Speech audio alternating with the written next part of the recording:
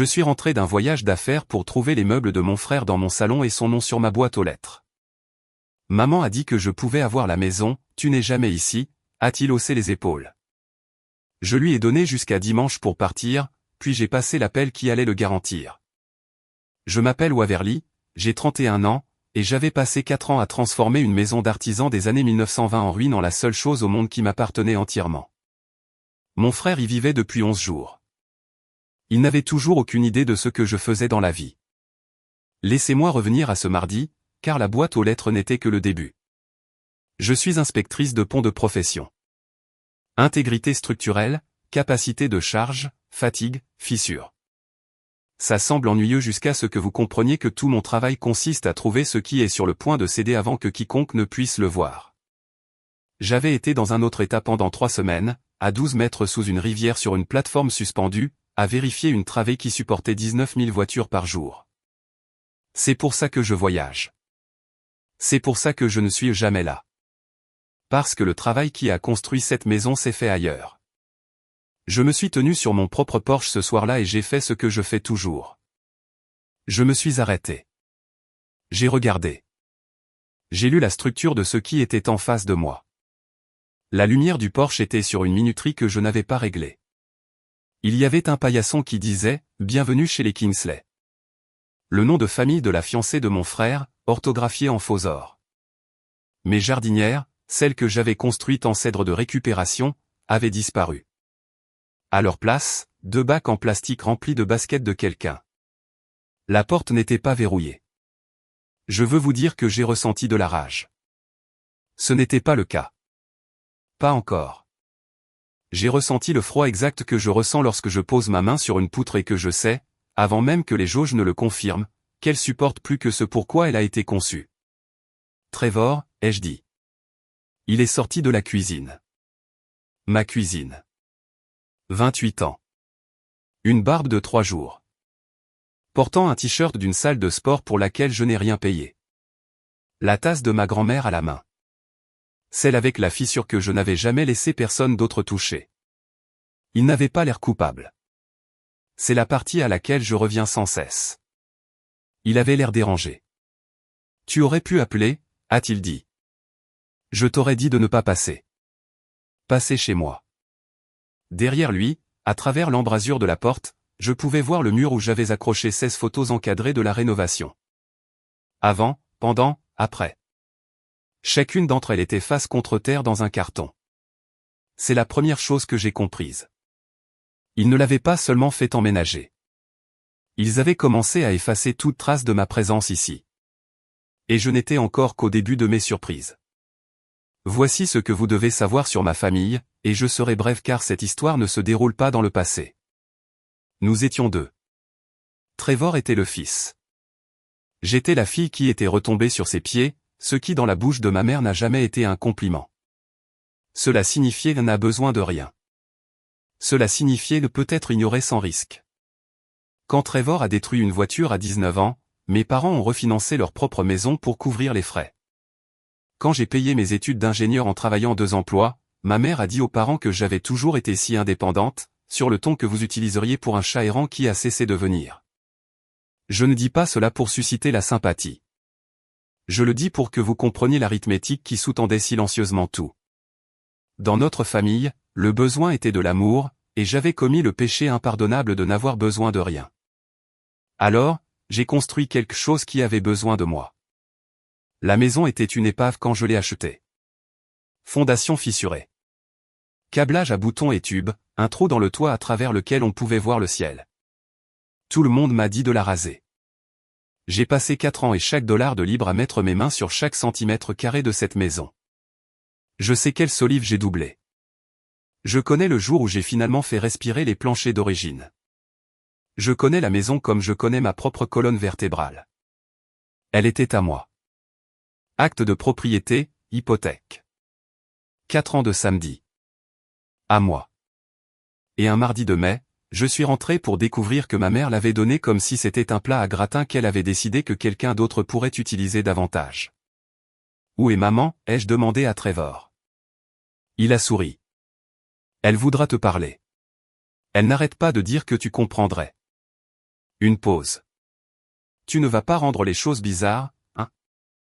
J'ai regardé la boîte de mes photographies face contre terre. Non, ai-je dit. Je ne vais pas rendre les choses bizarres. C'était vrai. Ce que j'allais faire, c'était les documenter. Avant d'aller plus loin, si vous avez déjà été celui ou celle de votre famille qu'on ignore parce que vous semblez assez fort pour l'encaisser, prenez une seconde pour aimer cette vidéo et vous abonner, car cette histoire est pour vous. Et dites-moi dans les commentaires d'où vous écoutez et quelle heure il est en ce moment. Je lis tout le monde. Maintenant, laissez-moi vous dire ce que j'ai trouvé quand j'ai finalement ouvert complètement ma propre porte d'entrée. J'ai dormi à l'hôtel cette nuit-là. Ma propre maison, et j'ai dormi à l'hôtel parce que j'avais besoin de réfléchir et je ne pouvais pas réfléchir entre des murs qui contenaient soudain les baskets d'un étranger.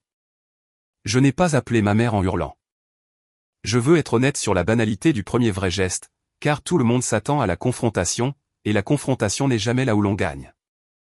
J'ai ouvert mon ordinateur portable. Je me suis connecté au portail du bureau d'enregistrement du comté. Je possède une maison. Je vérifie les documents enregistrés la concernant 2 fois par an, comme d'autres vérifient un détecteur de fumée. Parce que quand toute votre carrière consiste à détecter les défaillances à l'avance, vous n'attendez pas que la défaillance s'annonce. Il y avait un nouveau document sur ma propriété, enregistré 8 jours plus tôt. Un acte de renonciation transférant la propriété de Waverly à Kingston à Trevor J. Kingston pour la somme de $10 ainsi que l'amour et l'affection naturelle. Signé. Apparemment, par moi. J'étais à 12 mètres sous une rivière quand j'étais censé avoir signé l'acte de cession de ma maison. Je me suis assise dans cette chambre d'hôtel et j'ai lu ma propre signature falsifiée 4 fois. C'était une contrefaçon décente. Quelqu'un s'était entraîné. Le W avait ma courbe descendante particulière. Mais le A au milieu était faux. Je ne le boucle pas. Jamais. Un professeur m'en a déshabitué en 4e année. Et celui qui a signé ça l'a bouclé comme dans un cahier d'écriture cursive. Ma mère boucle ses A. Il y avait un sceau de notaire, un nom et un numéro de commission. Francis Delgato. J'ai noté le nom, et j'ai senti le froid descendre jusqu'au sol. Parce que ce n'était plus une famille qui se comportait mal à table. Un acte falsifié enregistré avec un sceau de notaire n'est pas un problème de limite. C'est un crime. Et un sceau de notaire sur une signature que le notaire n'a jamais vue est soit un notaire corrompu, soit un notaire dont le sceau a été volé, qui n'avait aucune idée que son nom était maintenant attaché à un crime. Quoi qu'il en soit, Francis Delgato était sur le point de devenir la personne la plus importante de ma vie. Je ne l'ai pas encore appelée. D'abord, je devais savoir quel genre de problème elle représentait. J'ai fermé l'ordinateur portable. Dehors, le parking de l'hôtel bourdonnait sous les lumières au sodium. 11 jours, ai-je pensé. Il était dans ma maison depuis 11 jours, et ma mère avait enregistré l'acte au 3e jour, ce qui signifiait que le plan existait avant même mon départ, ce qui signifiait que quelqu'un l'avait programmé en fonction de mon voyage. Je ne pleure pas facilement. Je me suis assise sur le bord d'un lit d'hôtel et j'ai calculé depuis combien de temps ma famille prévoyait de me faire disparaître. Et mes mains étaient stables, et cette stabilité était la chose la plus solitaire que j'ai jamais ressentie. Puis j'ai ouvert un nouvel onglet de navigateur et j'ai cherché Francis Delgato, notaire public. Elle était réelle, une notaire mobile, 61 ans, 400 avis, un petit logo de colibri. Elle notariait des documents de prêt, des procurations, parfois des licences de mariage. Elle avait une photo, des lunettes de lecture sur une chaîne de perles.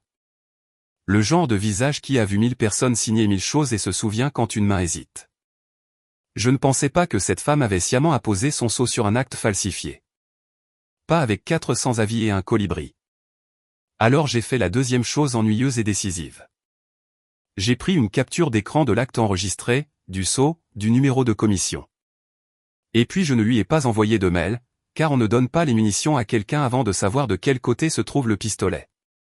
J'ai appelé à la place mon ami le plus proche de l'université, Grady Marsh, avocat en droit immobilier, à 2 états de distance, le genre de personne qui répond à 23h et dit « Explique-moi tout » avant de dire bonjour. Je lui ai tout expliqué. Il y eut un long silence à son bout du fil. Je pouvais l'entendre s'asseoir. « Waverly » a-t-il dit. « Ne les confronte pas. Ne poste rien.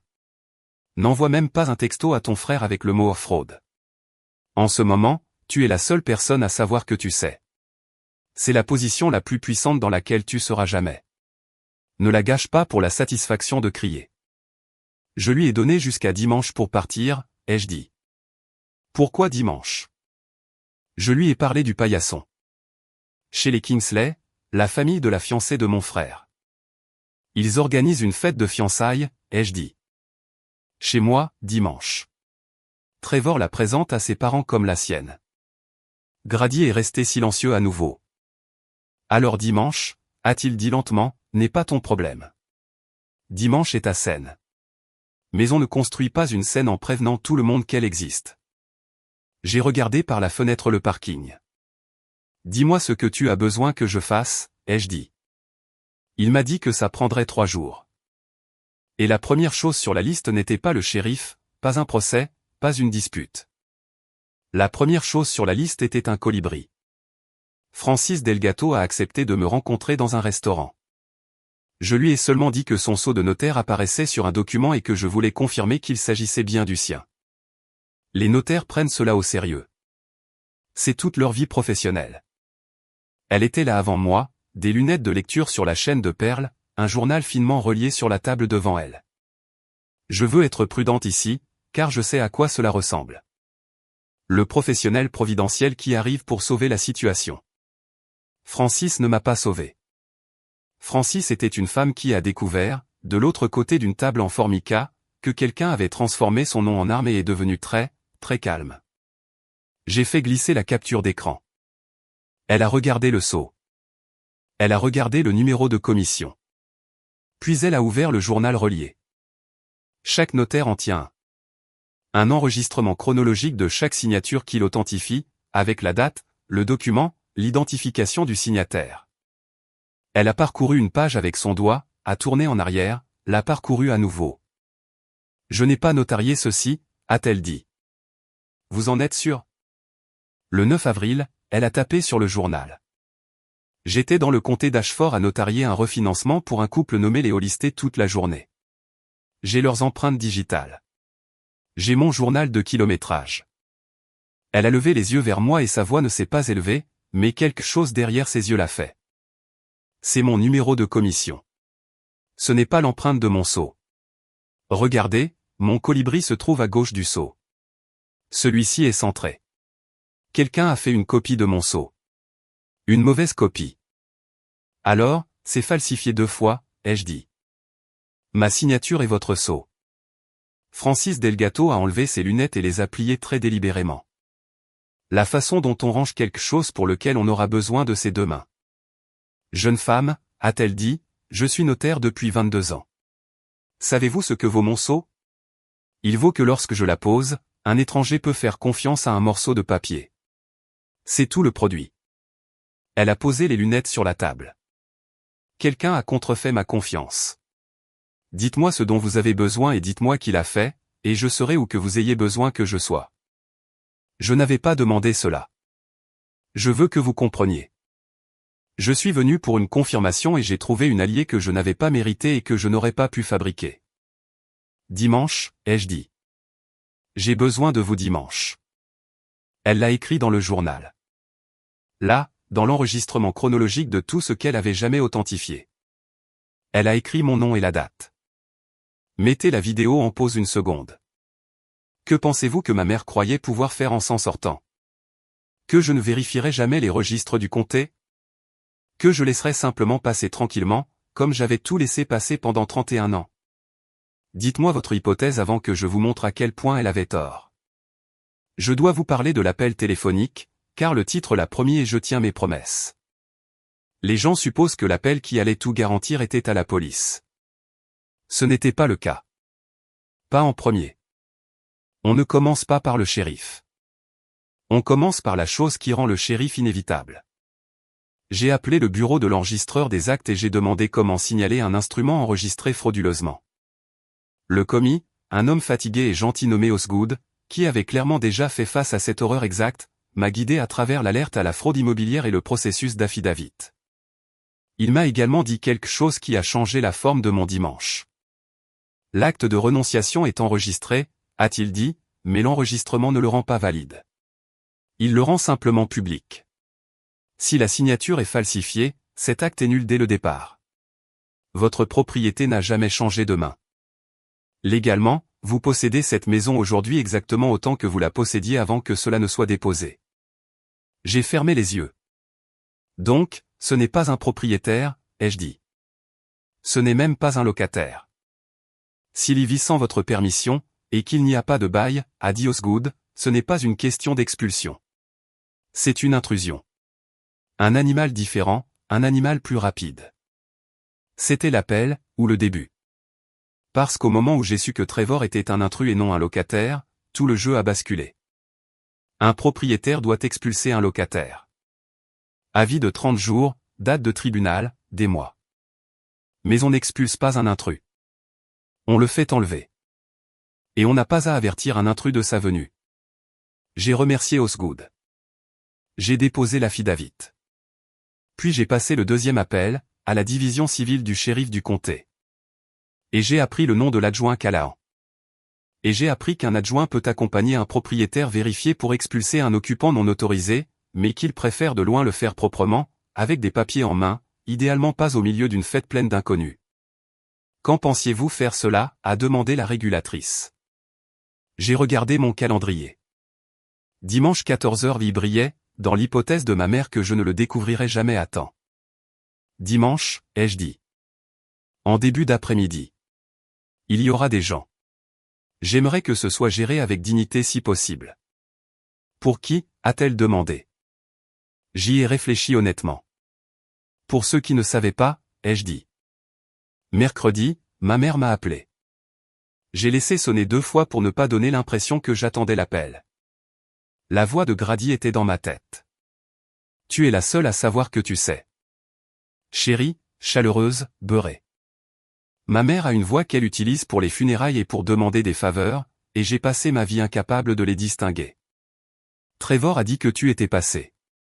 J'aurais aimé que tu appelles d'abord. J'habite là, maman. Une petite pause. Le son d'une femme décidant quel script utiliser. Waverly, tu n'y es jamais. Tu es parti à l'aventure sur tes ponts. Ton frère fonde une famille. Cassidy attend un bébé. T'a-t-il dit? Tu vas être tante. Le pivot vers le bébé était si lisse que j'ai presque admiré. Une jeune famille a besoin d'une maison. Toi, tu as besoin d'un aéroport. Ce n'est pas juste, mais c'est ce qu'il faut. Et un jour, quand tu te poseras, nous t'aiderons à trouver quelque chose qui correspond à ta vie. Voilà, toute la vision du monde en 4 phrases. Le besoin et l'amour. Je n'avais pas de besoin. Donc on pouvait me déplacer. Alors vous avez décidé, ai-je dit. Nous avons décidé en famille. Je n'étais pas à cette réunion. Tu n'es jamais à rien, a-t-elle dit, et pendant une seconde, le beurre a glissé et j'ai entendu la chose plate en dessous. La chose qui avait été là toute ma vie. Puis la voix des funérailles est revenue. Viens dimanche, on se retrouve tous. Les parents de Cassidy sont charmants. Faisons ça gentiment. Tu viendras, tu seras gracieuse, tu verras à quel point il est heureux, et nous irons tous de l'avant. Gentiment, ai-je répété. Ne rends pas les choses bizarres, Waverly. La deuxième fois que j'entendais ça en 3 jours. Une devise familiale qui ne m'avait jamais été donnée. Tu retombes toujours sur tes pieds. J'ai regardé l'affidavit posé sur le bureau de l'hôtel, l'acte falsifié imprimé à côté.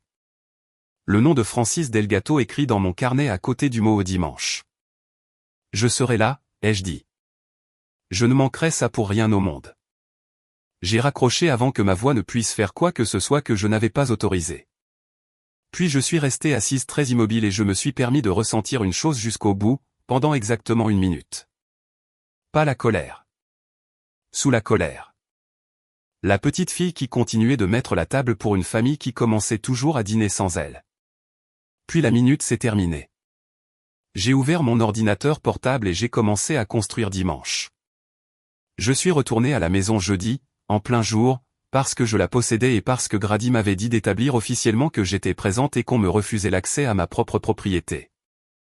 Trevor m'a accueilli à la porte et ne l'a pas ouverte complètement. Ce n'est pas le bon moment, a-t-il dit. Derrière lui, J'entendais la voix d'une femme, fredonnant légèrement, l'odeur de la peinture. Il peignait ma cuisine. La cuisine que j'avais mise à nu jusqu'au montant et reconstruite avec un niveau et mes 2 mains. J'ai besoin des affaires de ma grand-mère, ai-je dit. Les boîtes, les photos. Maman a dit que ça pouvait aller au garde-meuble, a-t-il dit doucement, comme s'il me faisait une faveur. Tu as tellement de choses. On essaie d'en faire un foyer. En faire un foyer. Comme si c'était un entrepôt jusqu'à ce qu'il daigne l'honorer de sa présence. Trevor, j'ai gardé ma voix plate. Bouge. Et il l'a fait, un peu, parce qu'un vieux réflexe savait encore que je le pensais. C'est là que je l'ai vue, Cassidy, la fiancée de Trevor.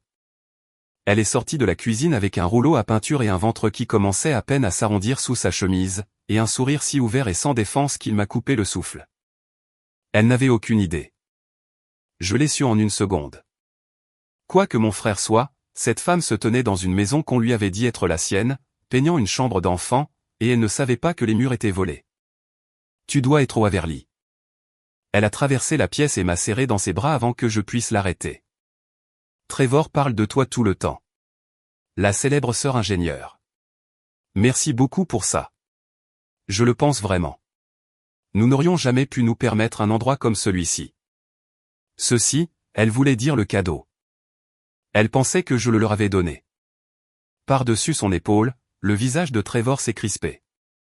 Il a dit que tu avais insisté, a poursuivi Cassidy. C'est Waverly. C'est la chose la plus généreuse que quelqu'un ait jamais. Cass, la voix de Trevor, prudente, laisse-la prendre ses boîtes. J'ai regardé mon frère.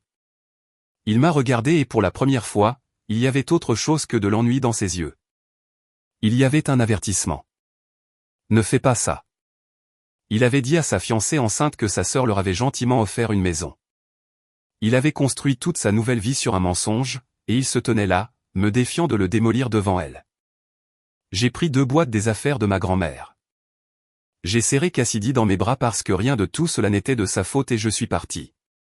Je suis resté assise dans mon camion au bout de la rue pendant un long moment.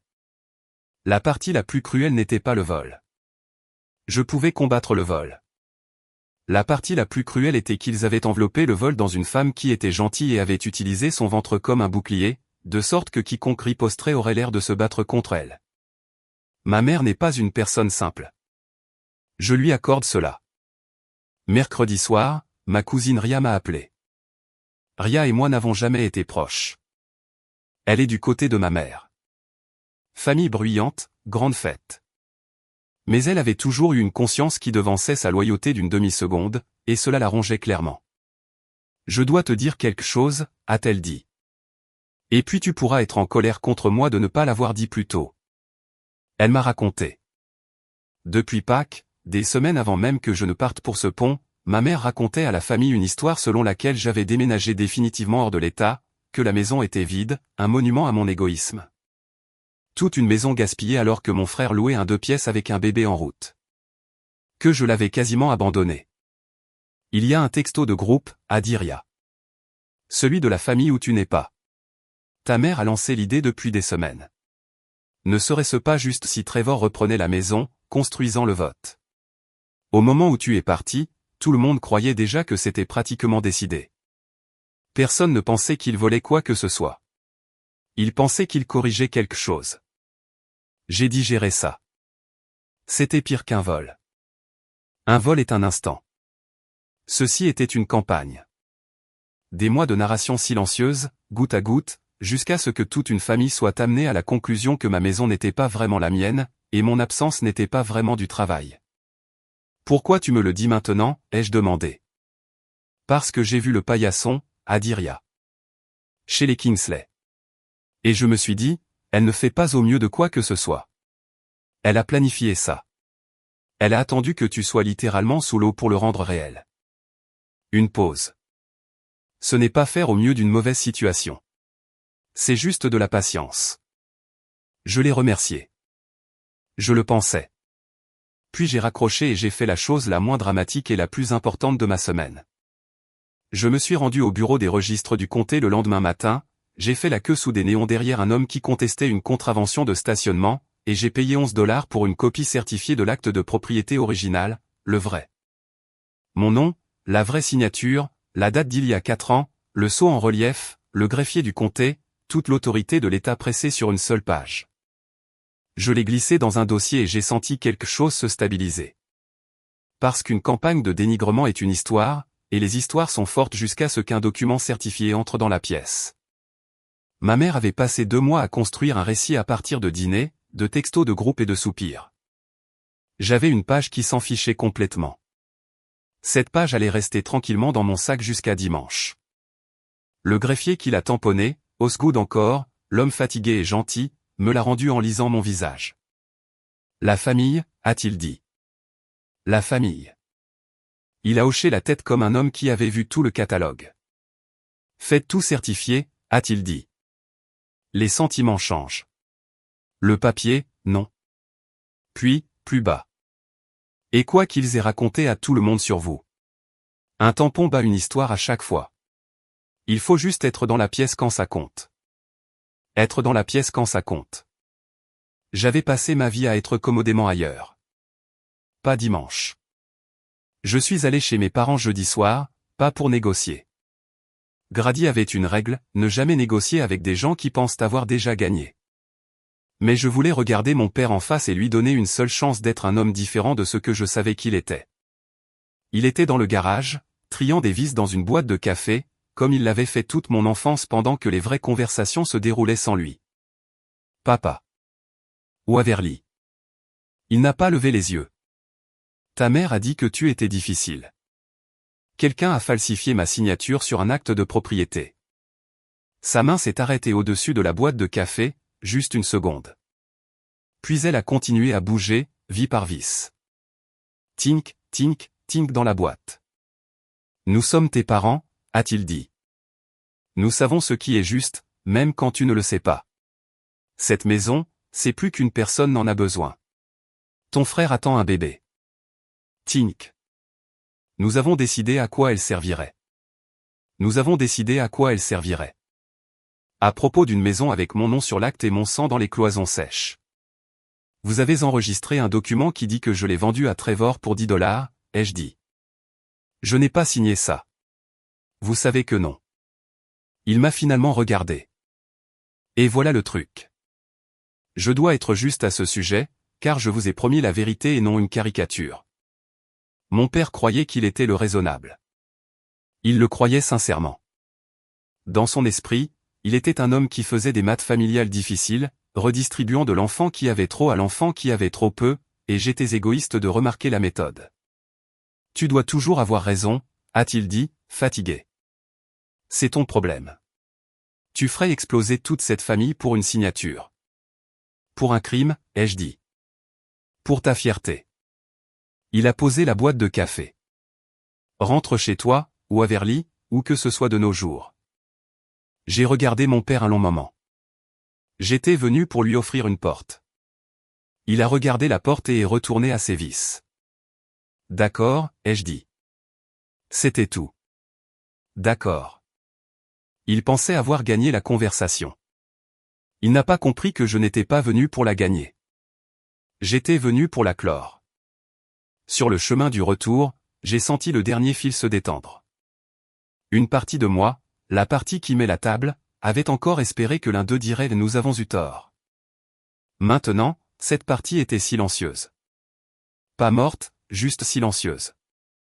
La façon dont une pièce devient silencieuse quand on arrête enfin d'attendre que quelqu'un rentre à la maison. J'ai arrêté d'attendre cette nuit-là. C'est la chose la plus proche de la liberté que j'ai jamais ressentie. Vendredi, un texto de Trevor. 3 mots, pas de ponctuation. La façon dont il m'avait texté toute sa vie quand il voulait quelque chose et s'attendait à l'obtenir. Dimanche 14h vient. Puis une minute plus tard, un deuxième texto, et celui-ci m'a tout dit sur à quel point il se sentait en sécurité. Maman dit, mais quelque chose de bien.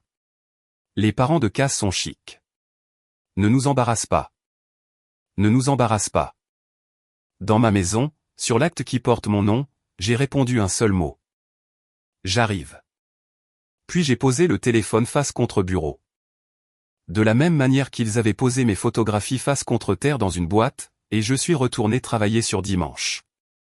Samedi matin, ma voisine Estelle m'a interpellé depuis son porche de l'autre côté de la rue. 70 ans et quelques, vive comme l'éclair, le genre de femme qui connaît chaque voiture qui n'appartient pas au quartier. « Tu es de retour » a-t-elle dit. « Bien. Je n'aimais pas ça. » Elle a hoché la tête vers ma maison. Camion de déménagement il y a 3 semaines, un mardi. Ta mère dirigeait la circulation dans l'allée comme une agente de la circulation. Je me suis dit, ce n'est pas normal. Waverly ne quitterait pas cette maison comme ça. Elle aime cette maison au point. Estelle a croisé les bras. Ton frère m'a dit que tu avais déménagé à Denver. J'inspecte des ponts, Estelle. J'étais parti 3 semaines. Sa bouche s'est amincie. Denver, a-t-elle répété, dégoûtée. Alors tu as besoin de quelqu'un pour dire ce qu'il a vu. J'ai tout vu. Date et heure. Je tiens un petit journal de qui va et vient. Ça m'aide à dormir. Elle a tapé sur sa tempe. La sécurité à domicile d'une vieille dame. J'aurais pu la serrer dans mes bras. Je le ferai peut-être. Dimanche. Voudrais-tu traverser si je frappe? J'apporterai mes lunettes et ma mauvaise humeur, a-t-elle dit et est rentrée. 2 témoins maintenant, et je n'en avais demandé aucun. C'est ça que ma mère n'a jamais compris à propos d'être la forte qui est toujours partie.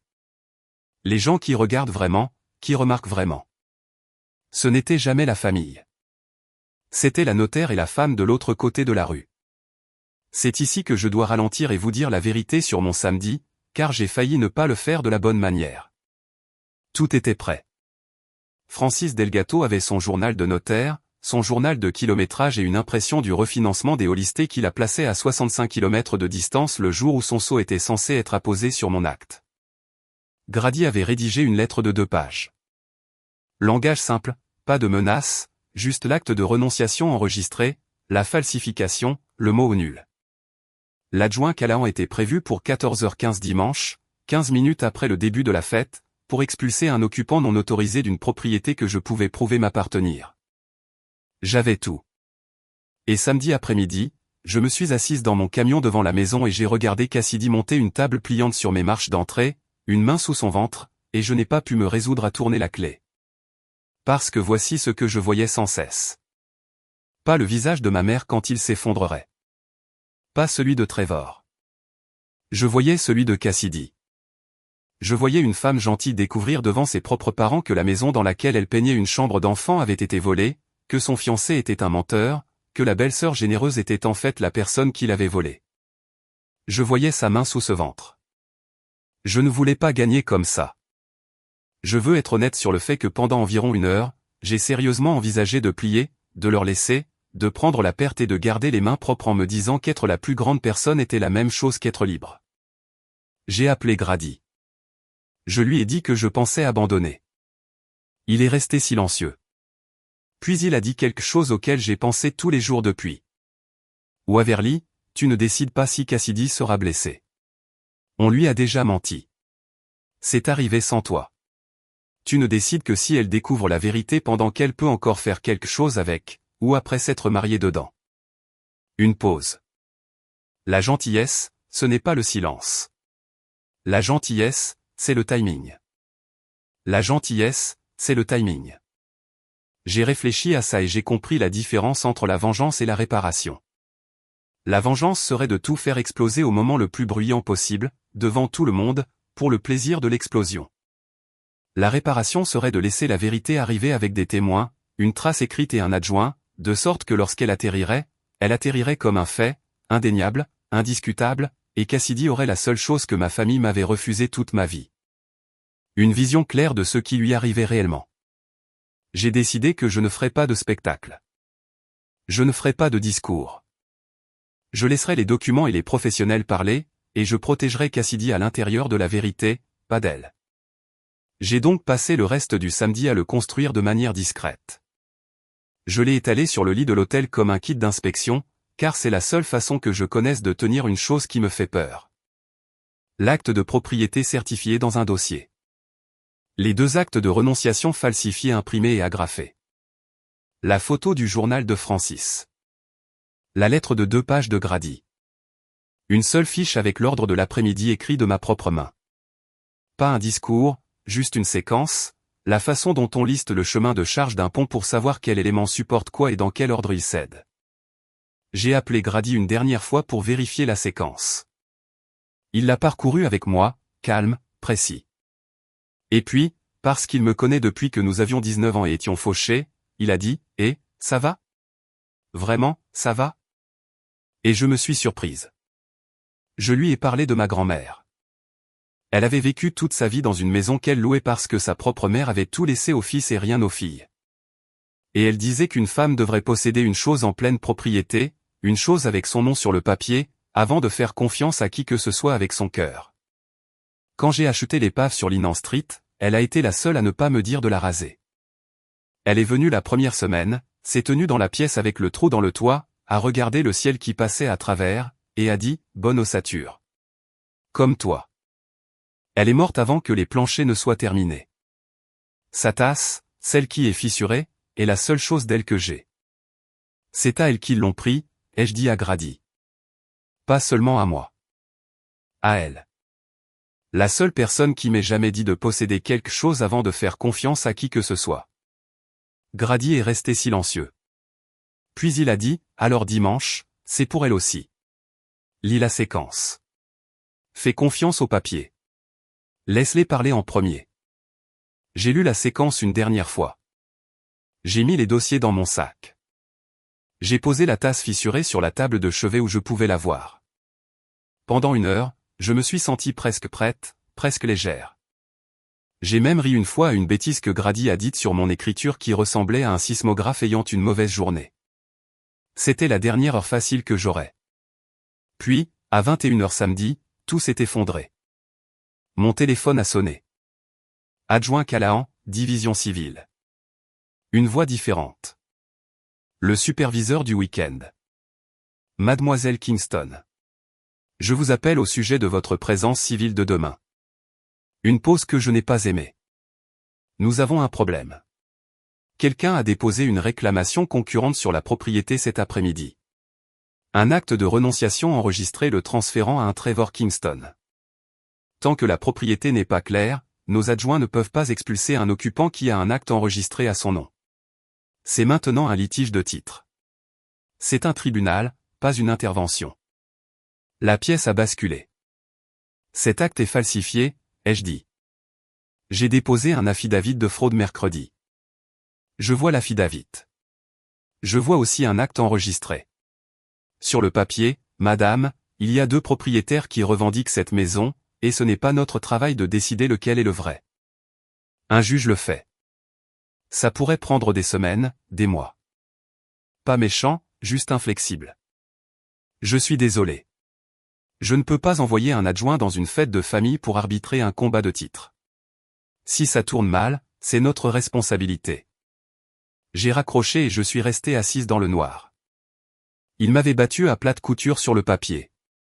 Quelqu'un, ma mère, un notaire de centre commercial prêt à fermer les yeux. Je n'ai jamais su exactement qui avait enregistré une 2e copie de la fraude pour brouiller les pistes.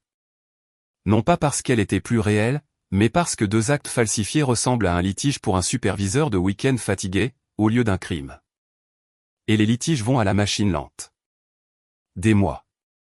Et pendant ces mois, Trevor et Cassidy se marieraient, le bébé arriverait, ils vivraient dans ma maison, et au moment où un juge réglerait l'affaire, l'histoire se serait durcie en un fait. La sœur folle qui a essayé d'expulser une femme enceinte de sa maison. Puis le 2e appel, Francis Delgato. Sa voix était faible. Waverly, j'ai reçu un appel ce soir. Une femme. Elle n'a pas donné son nom. Francis a pris une inspiration. Elle a dit que si je me présentais demain et que je faisais des histoires, elle déposerait une plainte auprès de la commission disant que j'avais notarié l'acte puis que j'avais menti à ce sujet. Elle a dit que ce serait ma parole contre un document enregistré et que je perdrais mon sceau à 61 ans. Un long silence. J'ai 406 clients, ma chérie. Mon sceau, c'est tout mon gagne-pain. Ma mère avait trouvé le seul point de pression que je ne pouvais pas protéger et l'avait pressé. Francis, ai-je dit, vous n'êtes pas obligé de venir. Je sais que non. Je le pense vraiment. C'est ma famille. Ce n'est pas votre combat. Il y eut un long silence sur la ligne. Je me suis assise dans le noir de mon camion devant ma maison volée et j'ai écouté une femme de 61 ans décider. Et je me suis dit que je ne la blâmerais pas, quel que soit son choix, car je savais exactement ce que l'on ressentait d'être celle que tout le monde supposait être assez forte pour absorber la perte. Elle n'a pas répondu à la question. Elle a dit « Dormez bien ». Et a raccroché. Et c'était ma soirée de samedi. Pas d'adjoint, peut-être pas de notaire. 2 actes falsifiés et une machine lente. Une femme enceinte peignant une chambre d'enfant dans ma maison et toute une famille qui avait déjà écrit la fin où j'étais la méchante. Je suis restée assise là et pour la première fois depuis la boîte aux lettres, j'ai posé mon front sur le volant. J'ai construit cette maison, ai-je dit à personne à voix haute. Ma voix s'est brisée sur reconstruit. 31 ans à n'avoir besoin de rien. Et la seule chose que je me sois jamais permis d'avoir besoin, ils l'ont prise pendant que j'étais sous l'eau à vérifier un pont pour que 19 000 inconnus puissent rentrer chez eux en toute sécurité. J'ai laissé craquer pendant exactement 1 minute. C'est la règle. 1 minute. Puis j'ai relevé la tête parce que craquer, c'est 1 minute et construire, c'est une vie. Et je suis, avant tout ce que ma famille a toujours refusé de voir, une personne qui trouve la défaillance avant qu'elle ne cède. J'ai pris le téléphone et j'ai passé l'appel. L'appel vers lequel toute l'histoire avait marché. Pas au shérif, pas à Grady, au seul bureau qui se fiche de votre famille, de vos sentiments ou des menaces nocturnes de votre mère. Celui qui ne se soucie que de savoir si un sceau public a été contrefait. Voici ce que j'ai compris à 23h samedi soir, en regardant le plafond d'un hôtel qui n'était pas ma maison, pendant que des étrangers dormaient dans la maison qui était la mienne. Ma mère avait construit toute sa défense sur une idée astucieuse, transformer un crime en un litige. Un acte falsifié contre un acte réel n'est pas un crime pour un superviseur de week-end fatigué.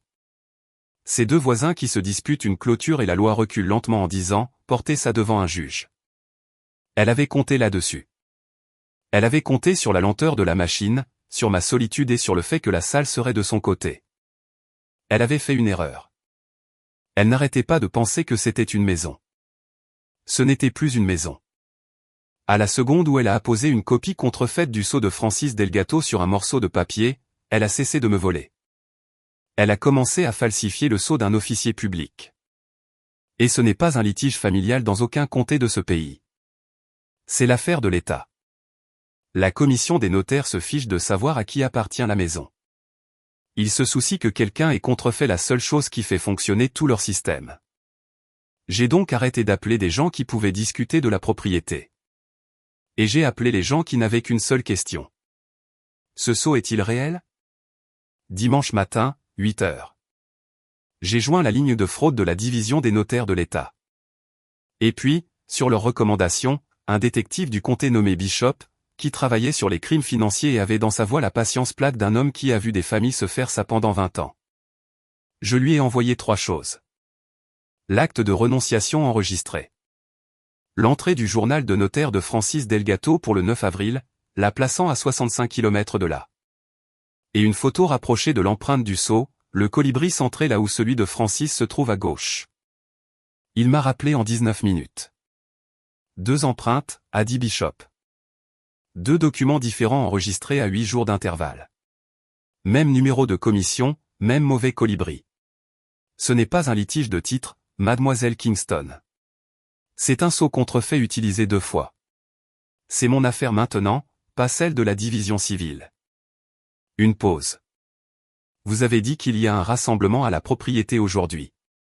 14h, le notaire est-il prêt à faire une déclaration? J'ai fermé les yeux. Je lui ai dit qu'elle n'était pas obligée.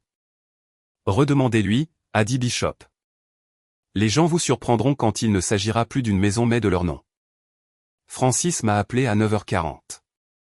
Avant que je puisse dire un mot, elle a parlé. J'ai cherché qui peut révoquer ma commission, a-t-elle dit. C'est l'État, pas votre mère. Pas un appel téléphonique effrayant à 22h. Sa voix avait retrouvé son acier. J'ai passé toute la nuit à être une lâche. Et puis j'ai réalisé que si je reste à la maison pour protéger mon sceau, je l'ai laissé faire de mon sceau un mensonge de toute façon. Il n'y a aucune version de demain où je le garde en me cachant. Francis. J'apporte le journal, a-t-elle dit. Et Léo listait. Ils ont dit qu'ils signeraient une déclaration attestant que j'étais dans leur cuisine toute la journée du 9 avril, à 65 km de là. Un souffle. Personne ne contrefait mon colibri et obtient un dimanche tranquille. À quelle heure avez-vous besoin de moi? J'ai mis ma main sur ma bouche pour qu'elle n'entende pas le son que j'ai fait. 14h15, ai-je dit quand j'ai pu. Mais Francis, venez à 14h30. Laissez les choses s'envenimer d'abord. Laissez-les le dire à voix haute devant tout le monde avant que la vérité n'entre en scène. C'est comme ça que ça marque. La gentillesse, c'est le timing, a-t-elle dit. Et j'ai réalisé que je lui avais dit la phrase de Grady sans me souvenir de l'avoir fait. Ouais, ai-je dit. La gentillesse, c'est le timing. Le détective Bishop ne pouvait pas être là à 14 heures. Il devait d'abord obtenir un mandat. Faire les choses dans les règles pour que ça tienne. Mais une unité banalisée pourrait faire une vérification de bien-être et une présence si l'on s'attendait à des troubles au sujet d'une propriété. Et une enquête sur un sot contrefait était une raison suffisante. L'adjoint Callahan, il s'est avéré, était de retour en jeu après tout. Non pas pour arbitrer un combat de titre, mais pour être présent pendant qu'un cas de falsification de détective se déroulait. Tout le jeu avait encore basculé. Et cette fois, il a basculé parce que j'avais finalement nommé la chose correctement. Pas ma maison. Un sot public contrefait. La loi est lente quand on lui apporte un sentiment et rapide quand on lui apporte un crime qu'elle reconnaît. Je veux être honnête à propos de quelque chose, car c'est la partie que la colère vous incite à sauter. Assise dans cet hôtel dimanche matin, le ventre noué, je ne me sentais pas triomphante. Je me sentais malade, car quoi qu'il arrive à 14 heures, à 15 heures, ma mère pourrait être une personne faisant l'objet d'une enquête de l'État. Mon père, un homme qui avait approuvé un crime. Mon frère, un menteur, devant la femme qui portait son enfant. J'étais sur le point d'avoir raison d'une manière qui ne pouvait être annulée. Je me suis assise sur le lit de l'hôtel et je me suis permis d'hésiter une dernière fois. La tasse de ma grand-mère était dans la boîte à côté de moi. Je l'avais reprise jeudi, celle qui était fissurée. La seule chose chaleureuse de toute cette famille. Je l'ai tenue à deux mains. Elle disait, « Oh Averly, tu n'as pas à gagner. Tu dois juste arrêter de perdre exprès. » J'avais passé 31 ans à perdre exprès. Leur tendant la plus grosse part, sautant mon propre tour, appelant ça de la grâce. J'ai posé la tasse. J'ai mis quelque chose de bien parce que ma mère me l'avait dit et parce qu'il y a un pouvoir spécifique à arriver exactement comme on vous l'a demandé et à ne rien gâcher, sauf le mensonge. Puis je me suis rendu à ma maison pour aller à une fête à laquelle j'avais été invité en tant qu'invité. La rue était bordée de voitures.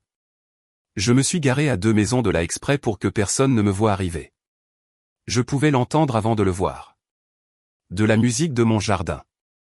Mon jardin. Celui où j'ai déterré 40 brouettes d'argile à la main pour poser une terrasse. Des rires. Le bruit particulièrement joyeux des gens à qui on raconte une histoire heureuse et qui y croient. Le paillasson disait toujours chez les Kingsley en faux or. Quelqu'un avait tendu des guirlandes lumineuses sur mon porche.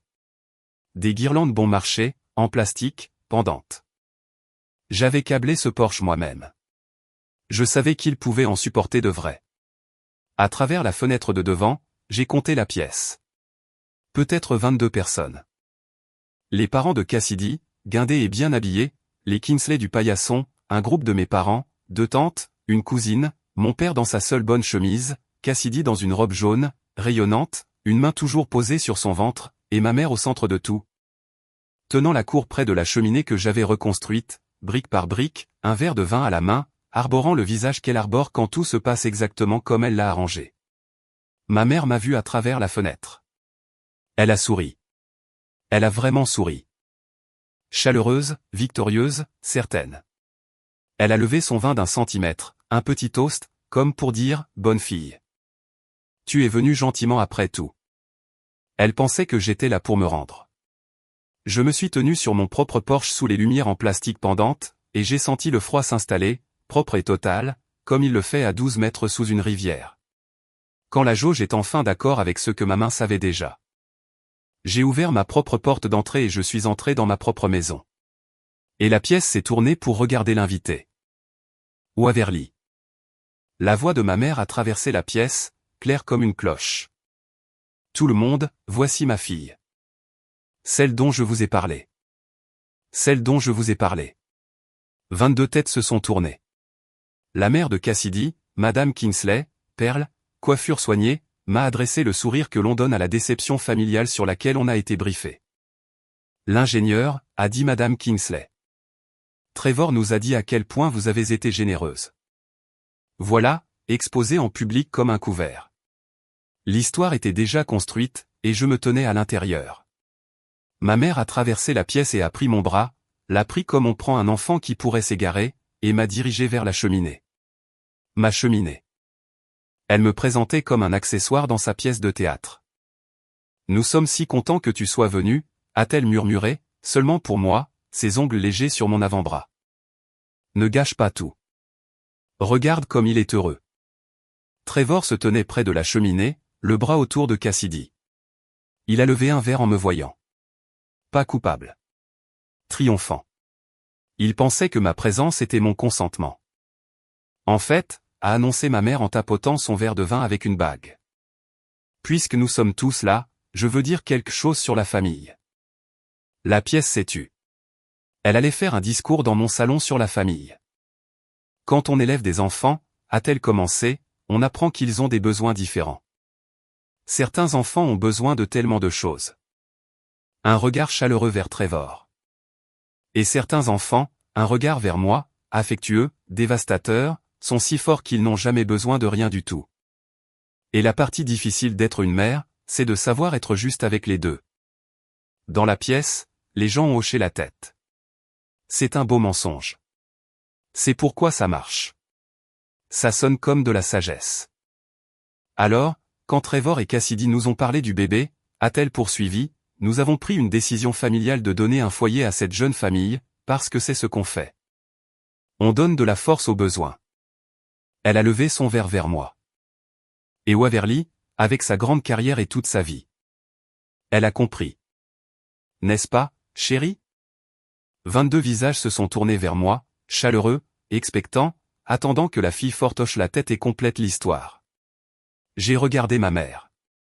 J'ai regardé Cassidy, une main sur son ventre, les yeux brillants, croyant chaque mot. J'ai regardé le mur où 16 photographies de mes 4 années de samedi étaient face contre terre dans une boîte dans le coin, poussées hors du cadre comme on m'avait poussé hors du cadre toute ma vie. Et je l'ai senti monter.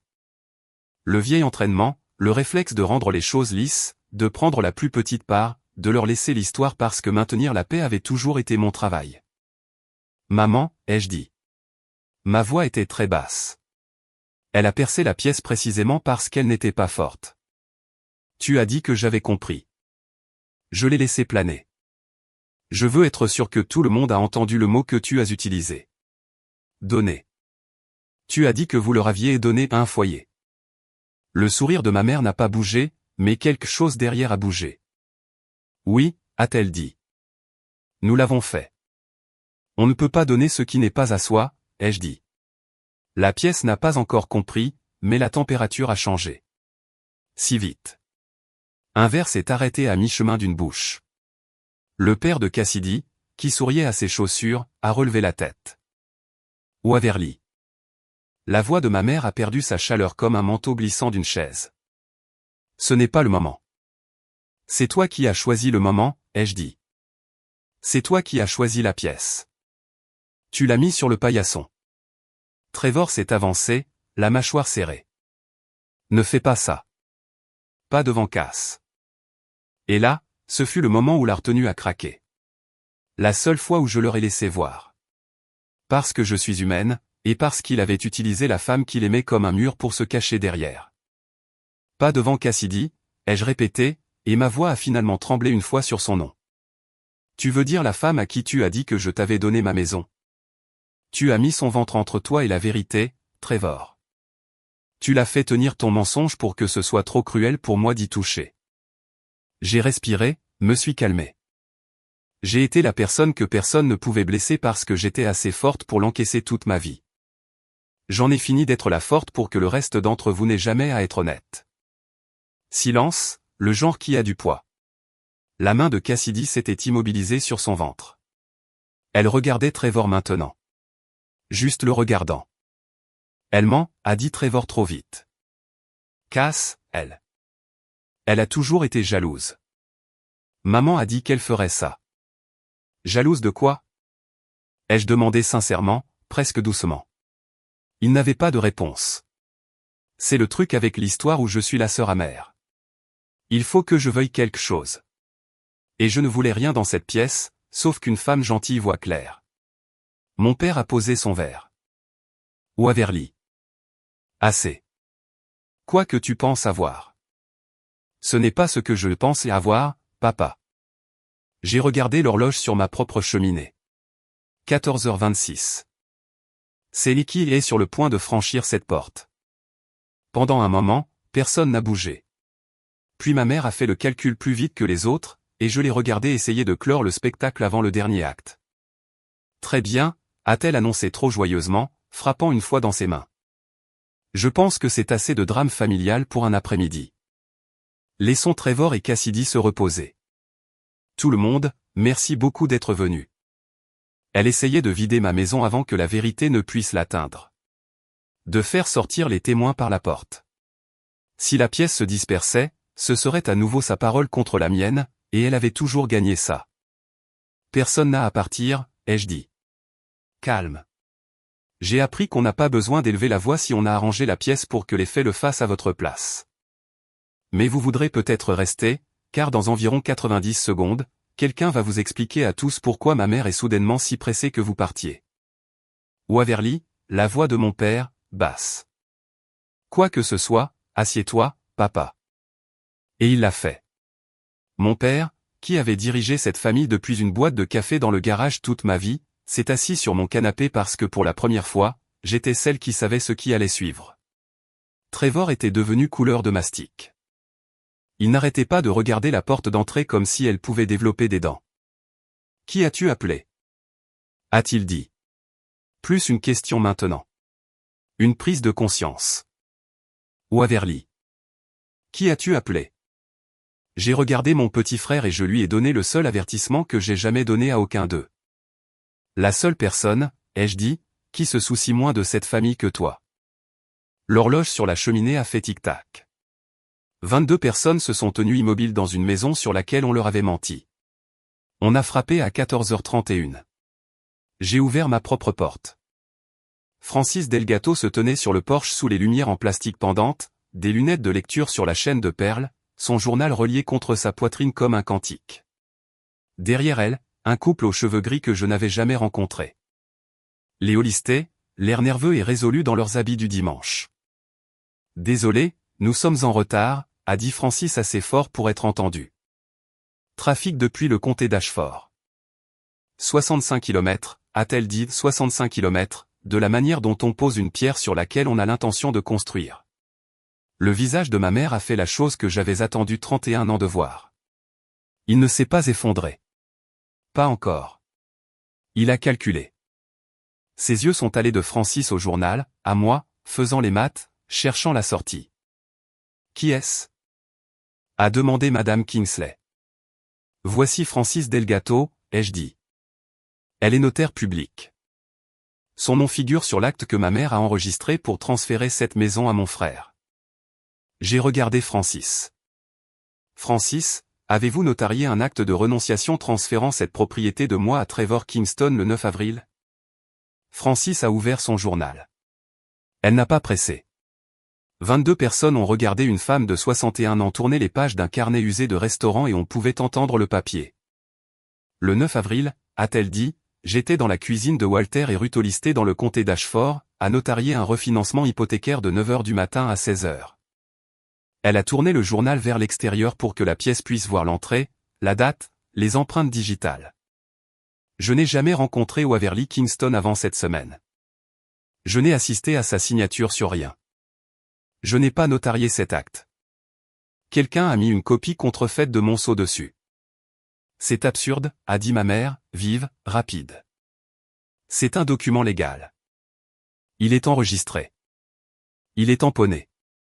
Il est tamponné avec un faux, a dit Francis. Et maintenant, sa voix s'est élevée d'un cran. La fureur d'une professionnelle dont le nom a été volé. Mon colibri se trouve à gauche de mon sceau. C'est comme ça depuis 22 ans. Celui sur votre acte est centré. Vous n'avez pas seulement falsifié la signature de ma cliente. Elle a regardé directement ma mère. Vous m'avez falsifié, moi. Le père de Cassidy, Monsieur Kingsley, s'est avancé. Il était resté silencieux tout le temps. Un homme prudent, le genre qui lit les contrats. Il a tendu la main. Puis-je ? Francis lui a donné le journal et une copie imprimée de l'acte. Il a mis ses propres lunettes. Il a regardé d'avant en arrière, lentement, et la pièce l'a attendu, car il était la seule personne présente n'ayant rien à gagner. Le journal des signatures est daté et porte des empreintes digitales, a-t-il dit finalement à la pièce, pas à moi. Et elle a raison pour le sceau. Regardez le colibri. Ce ne sont pas les mêmes tampons. Il a baissé les papiers et a regardé ma mère avec une expression que je ne peux décrire que comme une porte qui se ferme. Diane, qu'est-ce que c'est ? C'est un malentendu, a dit ma mère. Entre frères et sœurs. Waverly a toujours été difficile. J'ai dit indépendante, forte. Je connais tous les mots, maman. Tu les as utilisés toute ma vie pour dire pouvant être ignorés. Je me suis tourné vers la pièce. Voici ce qui n'est pas un malentendu. Je possède cette maison. Je l'ai achetée il y a 4 ans. C'est sur l'acte enregistré à mon nom, le vrai, celui d'avant le 9 avril. J'ai une copie certifiée. J'ai sorti la simple lettre de 2 pages de Grady de mon sac et je l'ai posée sur la cheminée. Je ne l'ai pas lue à voix haute. Je ne l'ai pas jouée. Je l'ai juste posée là où n'importe qui pouvait la prendre, parce que la vérité n'a pas besoin d'une voix quand elle a une trace écrite. Il y a maintenant 2 actes de renonciation sur ma propriété, ai-je dit. Un enregistré il y a 8 jours et un deuxième enregistré vendredi après-midi. J'ai observé le visage de ma mère quand j'ai dit vendredi, il y a 2 jours, après avoir déposé un affidavit de fraude, après avoir dit à mon père en face que ma signature était falsifiée. La pièce était maintenant d'un silence de mort. Même la musique s'était arrêtée. Quelqu'un l'avait finalement éteinte. Pourquoi y en aurait-il un deuxième ?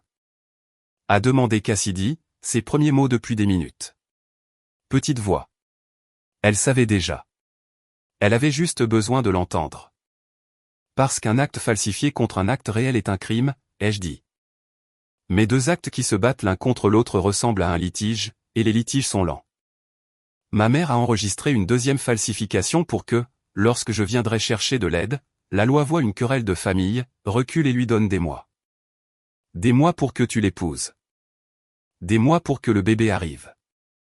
Des mois pour que cela devienne une histoire où je suis la sœur jalouse qui essaie d'expulser une femme enceinte. J'ai croisé le regard de Cassidy. Elle ne l'a pas enregistré parce qu'elle pensait que c'était légal. Elle l'a enregistré parce qu'elle pensait que c'était lent. La main de Cassidy a quitté son ventre et a cherché, sans regarder, le dossier du canapé, pour se stabiliser. Cass, a dit Trevor. Cass, ne. Ne quoi ? A-t-elle dit doucement. Ne pas écouter ? Le sang-froid de Trevor a été la première chose à disparaître, et il a disparu comme je savais qu'il le ferait. Pas vers la culpabilité, mais vers le blâme. C'est l'instinct de l'enfant chéri. Quand l'histoire se fissure, trouver quelqu'un à qui refiler la fissure. C'était l'idée de maman, a-t-il dit forte à la pièce. D'accord. Elle a dit que la maison devait être à moi. Elle a dit que tu ne te battrais jamais. Elle a promis que tu ne te battrais jamais. C'est elle qui a fait les papiers. J'ai emménagé. C'est tout ce que j'ai fait. Tu as changé le nom sur la boîte aux lettres, ai-je dit. Ce n'est pas un crime. Tu as dit à Cassidy que je te l'avais donné. Il a ouvert la bouche. Rien n'en est sorti. Et dans le silence, ma tante Lorna, la propre sœur de ma mère, qui avait assisté à tout le discours en hochant la tête, a posé son assiette. Diane, a dit Lorna lentement. Tu nous as tous dit que Waverly avait déménagé. Tu as dit qu'elle avait laissé la maison vide et n'en voulait plus. Tu l'as dit à Pâques. Tu m'as dit qu'elle l'avait cédé. Un autre fait, lâché dans la pièce par quelqu'un sans raison de mentir. L'histoire que ma mère avait discrètement semée dans la famille pendant des mois. Waverly est parti. Waverly n'en veut pas. Waverly l'a cédé. fissurée devant les gens à qui elle l'avait vendue. Je faisais au mieux d'une situation difficile, a dit ma mère, et sa voix avait complètement perdu sa musique. Maintenant, elle était plate, la vraie, celle dessous le beurre. Quelqu'un dans cette famille doit penser à l'avenir au lieu de s'accrocher à des mètres carrés. Ce ne sont pas des mètres carrés, ai-je dit. C'est ma maison. C'est un bâtiment, Waverly. Tu pourrais en acheter 10 de plus. Ton frère n'a rien. Alors qu'il construise quelque chose, ai-je dit, comme je l'ai fait, seule la nuit pendant 4 ans. La sonnette a retenti. Tout le monde a sursauté. Tout le monde sauf moi. Je suis allé à ma propre porte et je l'ai ouverte pour la 2e fois cet après-midi-là. L'adjoint Callahan se tenait sur le porche en uniforme, le chapeau à la main, poli comme un dimanche. Derrière lui, un 2e officier attendait près de la voiture de patrouille sur le trottoir. Gyrophare éteint, présence bruyante.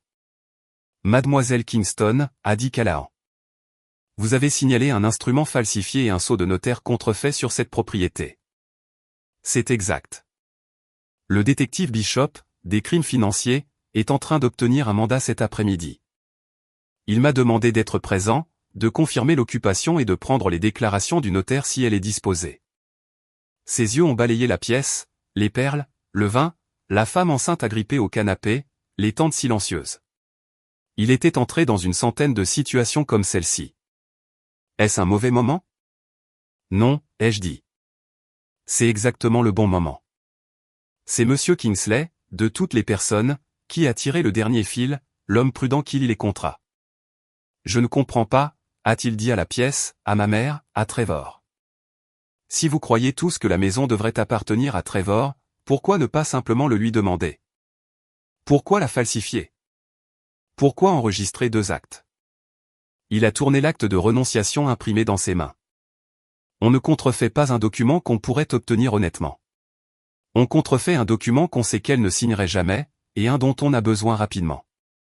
Ses yeux se sont posés sur mon frère. Pourquoi en avais-tu besoin rapidement, mon fils? Et pourquoi devait-il être à ton nom, libre et quitte de toute dette? Le visage de Trevor a répondu avant sa bouche. Trevor, a dit Cassidy, pourquoi devait-il être libre et quitte de toute dette? Et voilà, le moteur de toute l'affaire. La raison pour laquelle ma mère était passée des soupirs à Pâques à la falsification d'un crime au printemps. Mon frère devait de l'argent, beaucoup d'argent, le genre qu'on ne peut pas fuir avec un 2 pièces loué et un bébé en route. Une maison possédée en pleine propriété, sans hypothèque. Ma maison, avec 4 ans de paiement, était le seul actif qu'un homme noyé sous les dettes pouvait utiliser comme garantie pour rester à flot. Il ne voulait pas seulement donner un foyer à Trevor. Il voulait mettre une maison payée à son nom pour qu'il puisse retirer des fonds propres des murs que j'avais reconstruits et laisser mes 4 années de samedi couvrir ses créanciers. Vous alliez emprunter dessus, ai-je dit lentement. C'est pourquoi ça ne pouvait pas attendre un juge. C'est pourquoi ça devait être libre et quitte avant que la famille de Cassidy ne voie les papiers. J'ai regardé ma mère. Vous ne lui donniez pas un foyer. Vous lui donniez une garantie. La mienne. Ma mère n'a pas nié. Elle a levé le menton. Une famille partage ses ressources. Une famille demande, a dit Monsieur Kingsley, et a posé l'acte comme quelque chose de souillé. Cassidy avait maintenant ses 2 mains pressées à plat sur le haut de son ventre, comme pour couvrir les oreilles du bébé. Francis a fait sa déclaration, debout dans mon salon, calme et exact. Le journal ouvert dans les mains gantées de Callahan. Les holistés l'ont confirmé. Oui. 9 avril. Toute la journée. Leur cuisine à 65 km. Callahan l'a noté. Il a photographié les 2 actes côte à côte sur ma cheminée. Les 2 colibris qui ne correspondaient pas. Et Estelle était là aussi. J'avais frappé à sa porte en entrant, et elle avait traversé la rue dans son bon cardigan. Elle a dit à Callahan ce qu'elle avait vu de ses propres yeux. Le camion de déménagement 3 semaines auparavant, un mardi. Ma mère le dirigeant dans l'allée. Moi, nulle part en vue. Et le garçon m'a dit qu'elle avait déménagé à Denver, a dit Estelle, ce que je savais être un mensonge, car Waverly aime cette maison et les gens ne quittent pas ce qu'ils ont construit. L'adjoint a tout noté. 61 ans à faire attention, a dit Estelle, et ne s'est pas excusée une seule seconde. Ma mère a fait sa dernière erreur. Elle a essayé de gérer l'officier. Adjoint, c'est une affaire de famille, a-t-elle dit, retrouvant sa chaleur, la voix des funérailles. Ma fille est éloignée et émotive. Il n'y a pas de crime ici. Nous sommes une famille qui règle des questions de propriété. Vous comprenez? Madame, a dit Callahan, pas méchamment. Contrefaire un sceau de notaire n'est pas une affaire de famille. C'est un délit d'État. Peu importe à qui appartient la maison. Il a cliqué sur son stylo. La signature de qui est sur ces actes en tant que notaire? La sienne, a dit ma mère en montrant Francis. C'est son sceau. C'est une copie de mon sceau, a dit Francis, que quelqu'un a faite. J'aimerais savoir qui, adjoint, car c'est mon nom sur un crime. Et ma mère, acculée, à court de scénario, regardant la pièce qu'elle avait arrangée se retourner contre elle, a fait ce que les confiants font toujours quand la confiance s'épuise. Elle a cessé de se défendre et a commencé à se justifier. Elle a dit la vérité au pire moment possible, à plein volume. De toute façon, ça allait être à lui. Ça lui est sorti comme quelque chose qui se brise. Elle ne s'en servirait jamais. Elle a ses ponts et ses aéroports et toute sa vie importante. Elle n'a pas besoin d'une maison. Elle n'a jamais eu besoin de rien.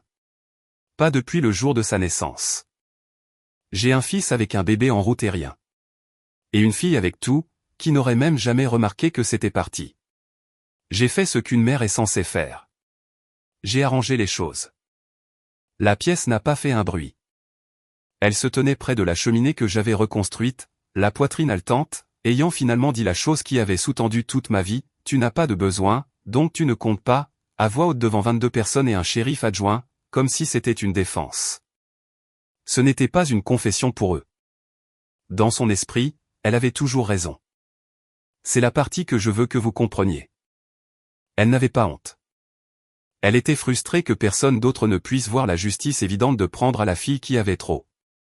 Tu as falsifié mon nom, ai-je dit doucement. Parce que tu as décidé que ça ne me dérangerait pas. Tu n'aurais pas protesté, a-t-elle crié. Tu as raison, ai-je dit. Et j'ai laissé la pièce entendre tout le poids de cette phrase. Pendant 31 ans, je n'aurais pas protesté. Je l'aurais cédé, j'aurais mis la table et je me serais dit que c'était de l'amour. Je l'ai regardé, et ma voix n'a pas tremblé cette fois. C'est la partie sur laquelle tu comptais. C'est la partie qui est terminée. Cassidy a lâché le canapé. Elle a marché au milieu de mon salon, au milieu de la pièce qu'elle avait peinte pour une chambre d'enfant. Et elle s'est tenue entre ses parents et ma mère, une main sur son ventre, et elle a regardé Trevor. Tu m'as dit que ta sœur avait déménagé dans un autre état, a-t-elle dit. Sa voix était stable, comme les voix le deviennent juste au bord du gouffre. Tu m'as dit qu'elle nous avait donné la maison. Tu as pleuré quand tu me l'as dit dans la voiture, tu as pleuré. Cass, je peux expliquer. Tu m'as amené dans une maison, a-t-elle dit. Et tu m'as laissé peindre la chambre du bébé dedans. Et pendant tout ce temps, tu savais qu'une femme l'avait construite de ses mains, et que ta mère avait falsifié son nom pour la prendre. Elle ne criait pas. C'était la partie terrible. J'ai dit à mes parents que tu étais un homme bien. Je me suis tenu dans leur cuisine et je leur ai promis. Je suis un homme bien. Quelle chambre as-tu choisi pour le bébé, a-t-elle demandé. Trevor a cligné des yeux. Quoi? La petite en haut des escaliers.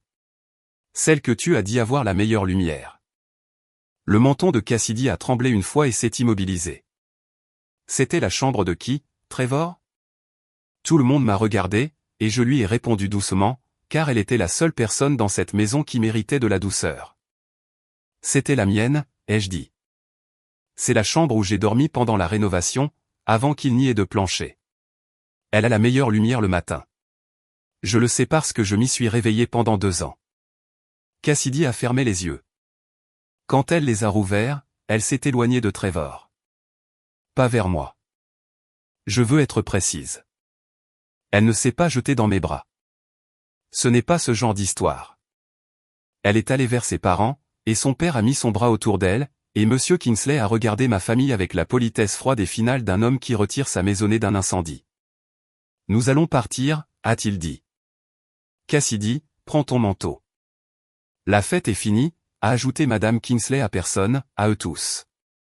Et la phrase est tombée comme un verdict. C'est là que Trevor a complètement craqué.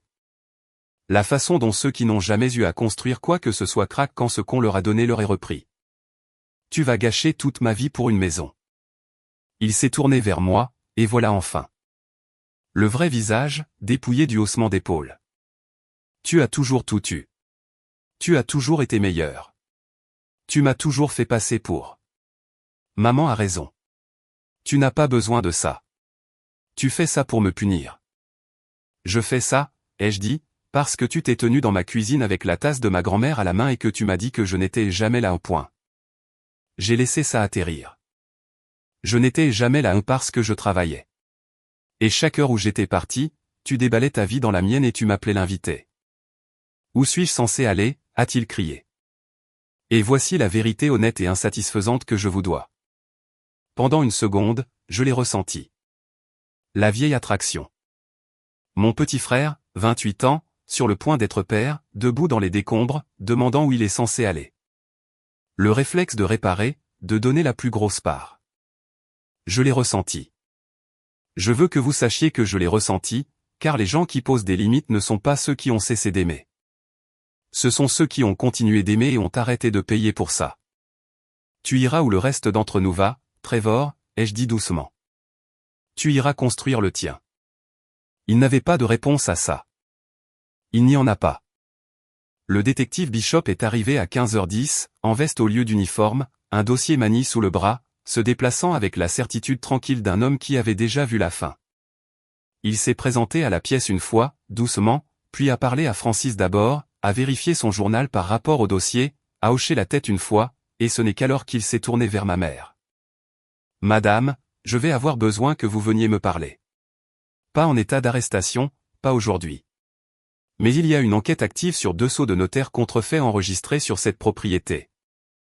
Et j'ai quelques questions auxquelles je pense que vous préféreriez répondre le plus tôt possible. » Il a jeté un coup d'œil à mon père. « Vous aussi, monsieur. Votre nom figure sur l'enregistrement en tant que témoin sur le 2e instrument. » Mon père, qui avait passé tout l'après-midi près du mur, triant la situation dans une boîte de café dans sa tête, a finalement regardé, vraiment regardé, ce à côté de quoi il avait signé son nom, et pendant un instant, un méchant a eu son moment humain. Son visage est devenu gris, et il a dit si doucement que seul moi l'ai entendu. « Je ne l'ai pas lu. » Elle a dit, signe juste point. « Je ne l'ai pas fait. »« Je sais, papa, ai-je dit. »« Parce que je l'ai fait, et parce que savoir ne changeait rien à ce qui allait suivre. » Il avait passé sa vie à ne pas lire ce qu'il signait tant que ça maintenait la paix. C'était la facture. Bishop a pris leurs informations. Il a pris la déclaration complète de Francis. Il a pris la mienne. Il a photographié mon acte de propriété certifié, le vrai, celui qui avait été vrai tout le temps sous tout le bruit. Pour ce que ça vaut, mademoiselle Kingston, a-t-il dit en fermant le dossier. Votre propriété n'a jamais vraiment changé de main. Un acte falsifié est nul dès le moment où il est signé. Sur le papier, légalement, vous n'avez jamais cessé de posséder cette maison un seul jour. Il a presque souri. Il fallait juste que tout le monde rattrape ce qui était déjà vrai. C'est la phrase sur laquelle je suis reparti. Vous n'avez jamais cessé de la posséder. Il fallait juste que tout le monde rattrape ce qui était déjà vrai. Il aurait pu décrire la maison. Il aurait pu me décrire. Avant de partir, ma tante Lorna a traversé la pièce vers moi, la propre sœur de ma mère. Elle ne s'est pas excusée d'avoir hoché la tête pendant le discours. Les gens s'excusent rarement pour la taille exacte de leur échec, mais elle a posé sa main sur mon bras et a dit bas pour que seul moi puisse entendre. Elle nous a dit à Pâques que tu l'avais cédé. Je l'ai cru parce que c'était plus facile que l'alternative. Ses yeux étaient humides.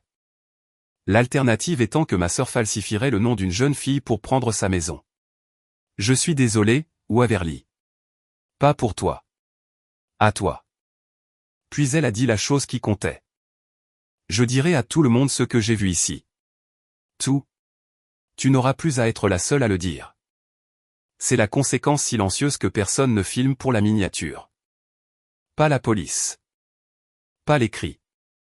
Le moment où l'histoire que ma mère a passé 2 mois à construire a commencé à se raconter dans l'autre sens, dans la bouche d'autres personnes, sans que je sois dans la pièce pour la défendre.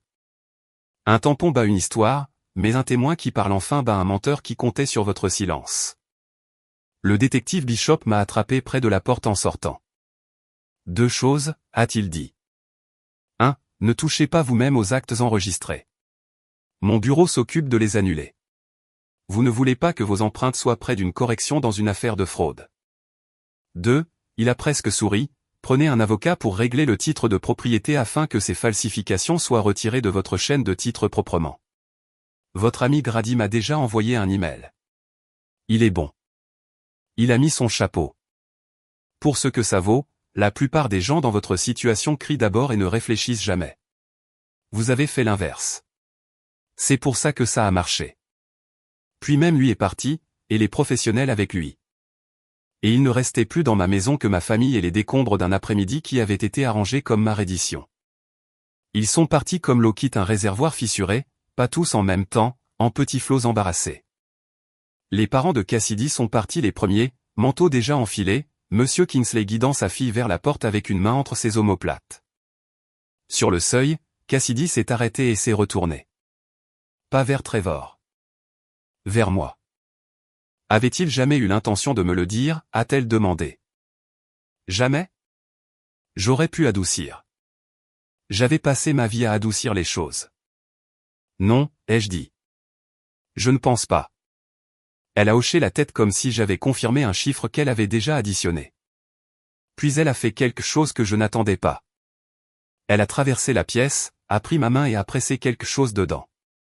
Un échantillon de peinture, jaune pâle, la couleur qu'elle avait roulée sur les murs de mon ancienne chambre. Ça s'appelle Lumière du matin, a-t-elle dit, et sa voix s'est finalement brisée. Je l'ai choisi parce que Trevor a dit que la pièce avait la meilleure lumière. Je ne savais pas que c'était la tienne. Elle a refermé mes doigts sur l'échantillon. Tu devrais la repeindre pour toi. Puis elle est sortie de ma maison et n'a pas regardé en arrière l'homme avec qui elle était venue. Trevor est parti seul 20 minutes plus tard, transportant 2 des boîtes dans lesquelles il avait emballé ma vie, car c'étaient les choses les plus proches à attraper et parce que partir les mains pleines ressemble moins à une fuite. Il s'est arrêté à la porte. J'ai pensé qu'il pourrait s'excuser. J'ai vraiment attendu. Le vieux réflexe, la table toujours mise. Tu le regretteras, a-t-il dit à la place. Peut-être, ai-je dit, mais je le regretterai dans ma propre maison. Il est parti. La boîte aux lettres avait toujours son nom scotché sur le mien. Je réparerai ça demain. Certaines choses, on peut les faire lentement une fois qu'elles sont certaines. Mes parents ont été les derniers, car le détective Bishop les a gardés le plus longtemps. Ma mère n'a pas pleuré. Je veux être honnête à son sujet jusqu'au bout, car elle ne m'a jamais donné les fondements qui auraient fait de cette histoire une histoire nette. Elle a rassemblé son sac à main. Elle a lissé sa blouse. Et à la porte, elle s'est retournée et a prononcé, d'une voix plate, la chose la plus vraie qu'elle ait dite de la journée. Tu penses que tu as gagné quelque chose, a-t-elle dit. Tu veux une maison? J'ai élevé 2 enfants, et l'un d'eux a besoin de moi, et l'autre vient de me livrer à la police. Vas-y, assieds-toi dans tes murs, ou Averly. Vois à quel point ils te tiennent chaud. Ça aurait dû faire plus mal que ça. 1 an plus tôt, ça m'aurait anéanti. L'accusation que j'avais crainte toute ma vie, que me choisir me rendait froide. Mais j'avais passé toute cette semaine à apprendre la différence entre l'histoire qu'une personne raconte sur vous et la charge qu'une poutre supporte réellement. Je ne t'ai livré à personne, maman, ai-je dit. Tu as falsifié mon nom. J'ai juste arrêté de te couvrir. Mon père n'a pas voulu croiser mon regard. À la voiture, il a fait une pause, une main sur le toit, et je l'ai vu presque se retourner. Il ne l'a pas fait. Il est monté. Il avait passé toute sa vie à ne pas lire ce qu'il signait. Et même maintenant, même ici, il ne pouvait pas tout à fait lire ceci. Puis les voitures se sont éloignées et les guirlandes lumineuses ont bourdonné de leur bourdonnement plastique bon marché. Et pour la première fois en 11 jours, je me tenais à l'intérieur de ma propre maison, seul. Francis est resté pour m'aider à sortir les tables pliantes. Une notaire de 61 ans dans ses habits du dimanche, pliant les tables louées de mon frère dans mon allée parce qu'elle ne voulait pas que je le fasse seul. Votre colibri, ai-je dit. Il se trouve vraiment à gauche. Elle a ri, fatiguée. 22 ans. La première chose qu'ils vous apprennent, c'est de rendre votre marque unique, pour qu'une copie se voie toujours. Je n'ai jamais pensé que j'en aurais besoin comme preuve. Elle a regardé la maison illuminée d'or dans le crépuscule. C'est vous qui l'avez construite. Chaque planche.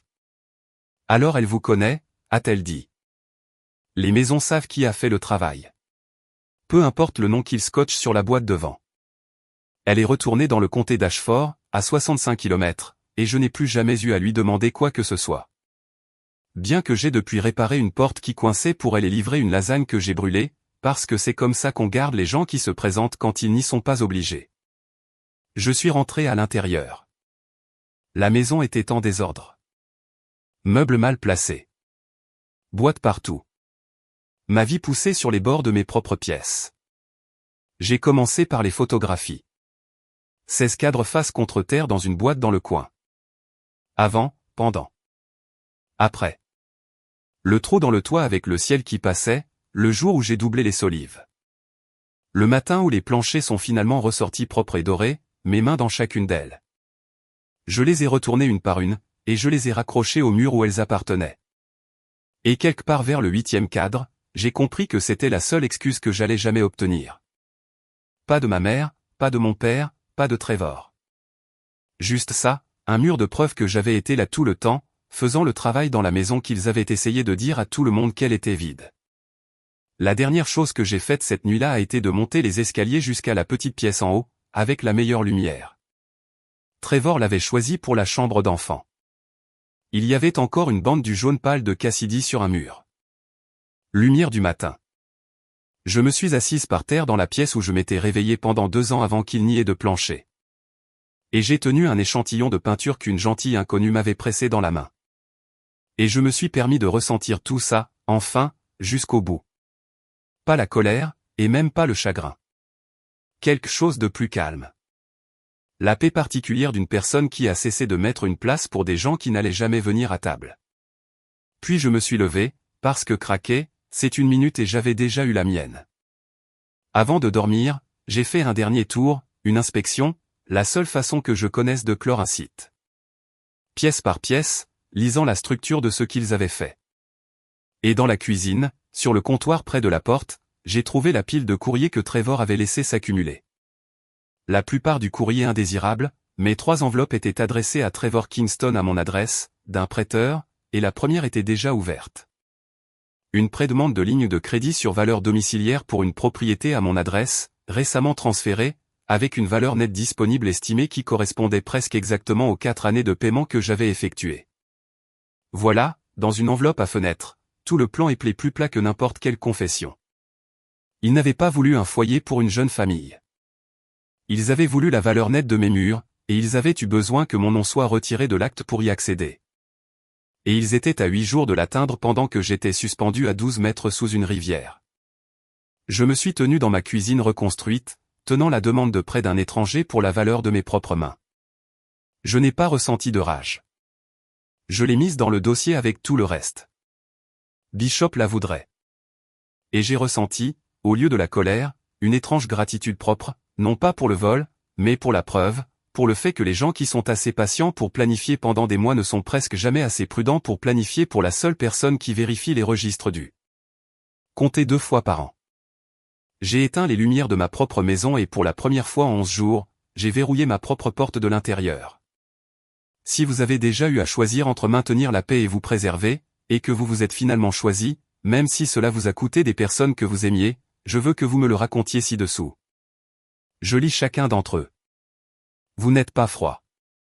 Vous avez juste arrêté de payer pour une chaleur qui n'allait jamais venir. Cela fait 2 mois. Les actes falsifiés ont disparu de ma chaîne de titres. Grady a déposé une requête en annulation, et un juge a annulé les 2 actes de renonciation comme nuls, ce qui est la manière légale de dire qu'ils n'ont jamais été réels pour commencer. Sur le papier, je possède ma maison exactement comme je la possédais le jour où j'ai acheté l'épave sur Linan Street. Je l'ai toujours possédée. C'est la partie avec laquelle la loi a finalement été d'accord. Le cas du détective Bishop est allé au procureur du district. Contrefaire un sceau de notaire n'est pas un désaccord familial, et ma mère l'apprend dans une pièce avec des néons et son propre avocat. Mon père a fait une déclaration qui a commencé par « Elle m'a dit de juste signer », ce qui est la seule phrase honnête qu'il ait offerte depuis des années, et aussi une confession complète de la manière exacte dont il a passé sa vie. Francis Delgato a gardé sa commission. Son colibri se trouve toujours à gauche. Les créanciers de Trevor l'ont trouvé sans aucune valeur nette pour se cacher derrière. Cassidy l'a quitté avant même qu'il n'y ait de mariage. Elle est toujours enceinte, et elle a emménagé de nouveau chez ses parents, les Prudents, les Kingsley du paillasson. Elle m'envoie un mot de temps en temps. Je ne réponds rien de dû et rien de possédé entre nous, sauf que je lui ai dit la vérité une fois quand ça m'a coûté. Quelle que soit la maison dans laquelle ce bébé grandira, ce ne sera pas une maison volée. C'est juste. C'est comme ça que ça devrait être. Je ne parle pas à mes parents. Non pas par vengeance, mais par précision. On peut aimer les gens et refuser de leur donner son nom. C'est la limite, et c'est toute la limite. Je ne suis plus disponible pour être la forte, pour que personne d'autre n'ait à être honnête. Mon nom est de retour sur la boîte aux lettres. J'ai décollé le ruban adhésif moi-même. Le week-end dernier, j'ai peint la petite pièce en haut des escaliers. Celle avec la meilleure lumière. Celle qui allait être une chambre d'enfant pour un mensonge. Je l'ai peinte du jaune pâle de l'échantillon de Cassidy. Lumière du matin. Je l'ai fait pour moi. La tasse fissurée de ma grand-mère est maintenant sur le rebord de la fenêtre. Et le matin, le soleil entre comme il le faisait la première semaine avant qu'il n'y ait de plancher, quand la seule personne qui croyait en la maison était une femme qui m'a dit de posséder une chose en pleine propriété avant de faire confiance à qui que ce soit avec mon cœur. Je la possède. Entièrement. Chaque planche. Voici ce que je sais maintenant que je ne savais pas en me tenant sur ce porche il y a 2 mois. Ils n'ont jamais pris ma maison. Un nom falsifié ne peut pas déplacer un mur que vous avez construit de vos propres mains. Ce qu'ils ont pris, c'est le reste de ma volonté de perdre exprès. Et honnêtement, ils peuvent le garder. Je ne mets plus la table pour eux. La lumière entre toujours chaque matin. Et maintenant, elle entre pour moi.